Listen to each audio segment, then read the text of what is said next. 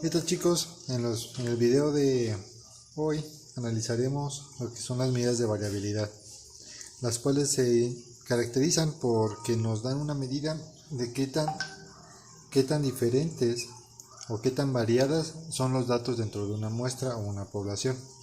Veremos principalmente 4 medidas de variabilidad: el rango intercuartil, varianza y la desviación estándar.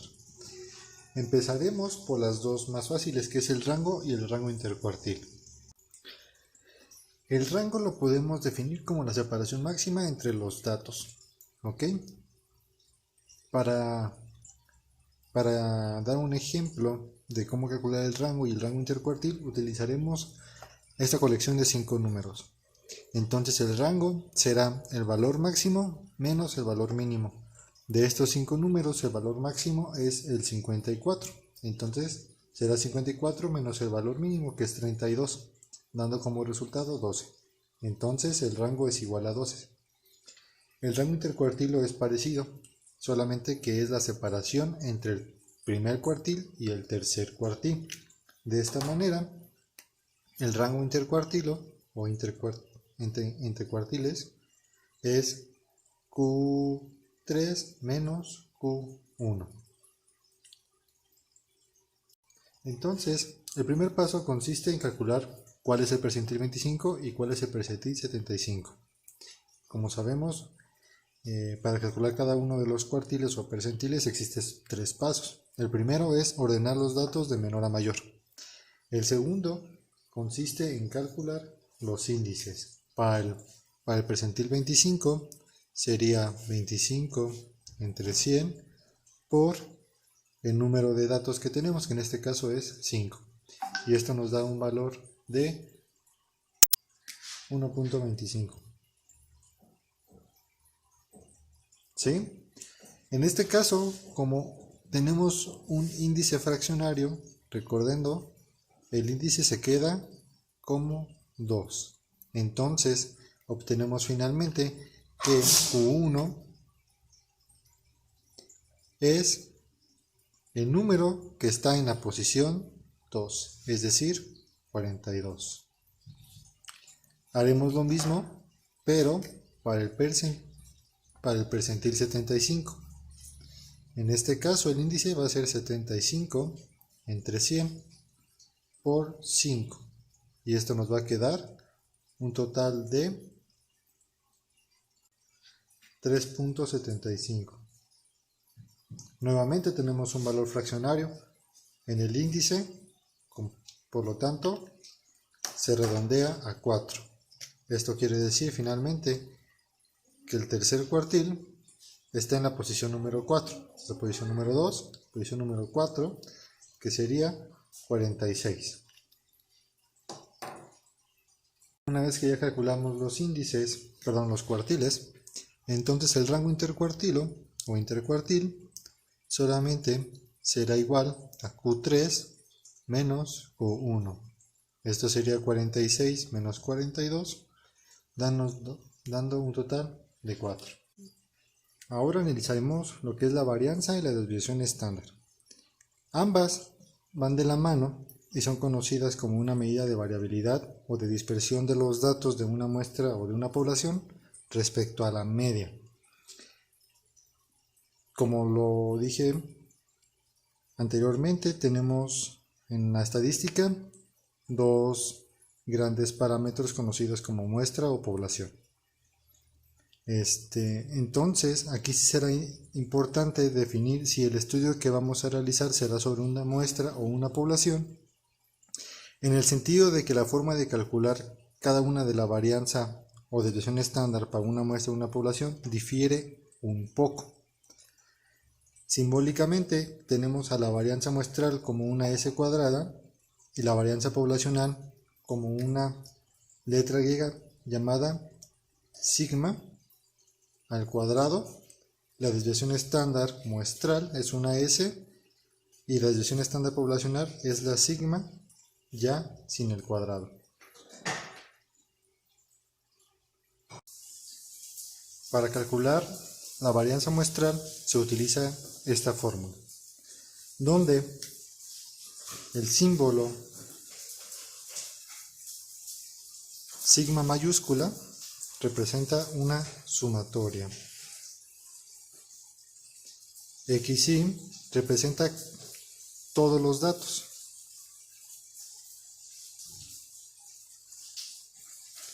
Y como recordamos, X barra es la media muestral.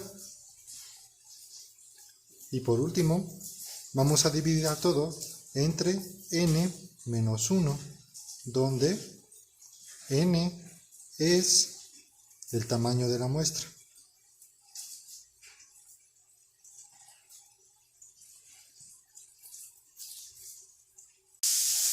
La diferencia ahora, si analizamos la varianza poblacional, es con una fórmula parecida. Sin embargo, notemos que nuevamente tenemos la sumatoria sobre todos los datos. Vamos a restarles ahora la media no muestral, sino la media poblacional, que se denota con esta letra griega llamada mu.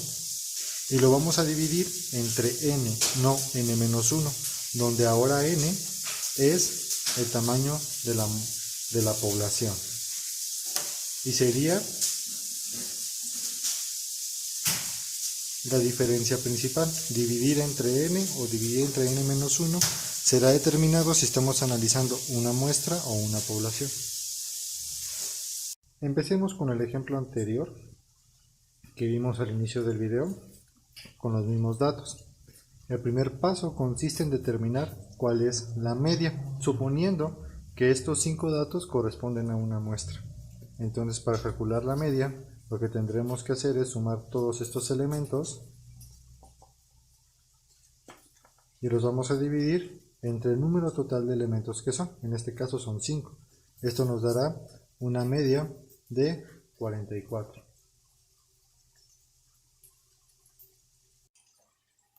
Ahora lo que haremos será restar a cada uno de estos elementos la media. Y esto nos dará un 2. Y haremos lo mismo para cada uno de estos elementos, respetando los signos. 10, menos 2, 2 y menos 12. El primer paso para saber si estamos haciendo los cálculos correctos es que la suma de esta tablita nos deberá dar 0. Como vemos aquí, 2 más 10, 12, menos 2, 10, más 2, 12, menos 12, 0. Ese es el primer paso para ver si los cálculos que estamos realizando son correctos. La siguiente parte de la tabla consiste en elevar cada uno de estos números al cuadrado. Es decir, como ejemplo, 2 por 2 nos dará 4. 10 al cuadrado, o lo que es equivalente a 10 por 10, es 100. Menos 2 por menos 2 es 4. 2 por 2 es 4. Menos 12 por 12 es 144. Una forma también de comprobar que estamos haciendo las cosas bien es de que todos los números de este lado de la tabla deberán ser positivos. Finalmente, una vez que tenemos ya realizada esta parte última de la tabla, lo que procedemos es hacer la suma de todos estos elementos, ya que como vemos en la parte de la fórmula de la desviación estándar, para el caso de una muestra, es la sumatoria de la resta de todos los elementos menos la media al cuadrado, y lo vamos a dividir entre el número total de elementos menos 1. En este caso, la suma es 256. Entonces, para no tener que hacer la fórmula completa, se utiliza esta tablita, y la parte de arriba es precisamente este valor, 256. Y lo vamos a dividir entre el número de elementos, que son 5, pero les restamos 1.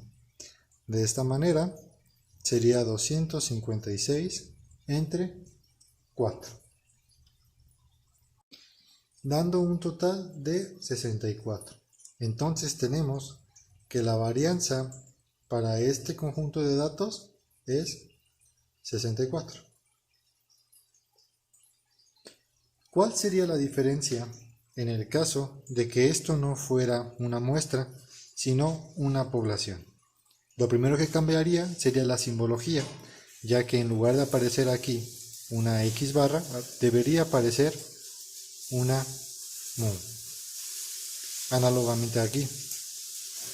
Para finalmente, en este proceso, deberíamos de también cambiar la simbología y dividirnos entre 5 menos 1, sino entre 5. El procedimiento sería exactamente el mismo.